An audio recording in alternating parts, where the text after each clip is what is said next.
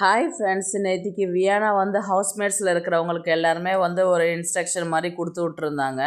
அதில் வந்து பார்த்திங்கன்னா எல்லாருக்குமே வந்து விக்ரம் வந்து வக்ரம் விக்ரம்ன்றது சொல்லியிருந்தாங்க. ஆல்ரெடி நான் வீடியோ போட்டிருப்பேன், ஒன்ஸ் செக் பண்ணி பாருங்கள். அதுக்கப்புறம் வந்து பார்த்திங்கன்னா சாண்ட்ராக்கு வந்து சொன்னாங்க, பேய்க்கெல்லாம் பேய், ஆஸ்கார் அவார்டே உங்கள்கிட்ட தோற்று போயிடும், அந்த அளவுக்கு நடிக்கிறீங்க நீங்கள் அப்படின்ற மாதிரி வியானா சொன்னாங்க. அப்படி சொன்ன உடனே பார்த்திங்கன்னா சாண்ட்ரா முகம் வந்து மாறி போயிடுச்சு. இதெல்லாம் பேச வேண்டாம் அப்படின்ற மாதிரி வந்து அவங்க வியானா சொல்கிறதுக்கு முன்னாடியே வந்து இவங்க அமைதியாக ஏன் தேவையில்லாதெல்லாம் பேசுகிறீங்க அப்படின்ற மாதிரி வந்து சாண்ட்ரா சொன்னாங்க. அதுக்கு வியானா என்ன சொன்னாங்கன்னா, இது என்னுடைய உரிமை, நான் பேசுவேன் அப்படின்ற மாதிரி அவங்க வந்து பேச ஆரம்பித்தாங்க. இதில் வந்து பார்த்திங்கன்னா வினோத்தும் வந்து சப்போர்ட் பண்ணுறாருக்கு.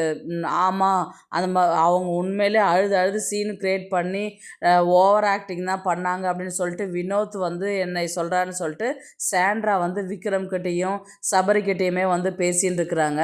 அதுக்கு சபரி என்ன சொல்கிறாருன்னா, நீங்கள் அந்த மாதிரிலாம் தப்பாக நினைக்காதீங்க, நாங்கள் சொன்னோமா 6 பேர் சொன்னோமா நீங்கள் நடிக்கிறீங்கன்னு சொல்லிட்டு.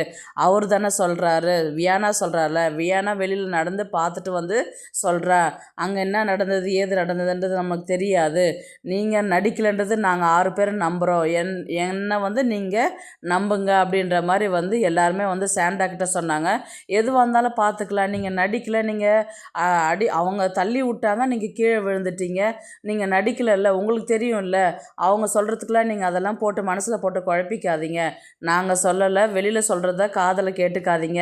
வியானா மாதிரி இன்னும் நிறைய செலிப்ரிட்டிஸ் உள்ளே வருவாங்க, கண்டஸ்டன்ஸு, அவங்க எல்லாருமே சொல்லுவாங்க, அதுக்கு எல்லாமே நீங்கள் மனசை போட்டு குழப்பிக்கிட்டு இருந்தால் வேலைக்கு ஆகாதுன்னு. அதுக்கு சாண்ட்ரா என்ன சொல்கிறாங்கன்னா, வினோத் கூட என்னை நம்பாத சொல்கிறாரு அப்படின்ற மாதிரி வந்து சாண்ட்ரா சொன்னாங்க. அதுக்கு வினோத்தில் ஒரு ஆளா, நீங்கள் அவர் சொல்கிறதெல்லாம் ஏற்றுக்காதீங்கன்ற மாதிரி சொன்னார் சபரி.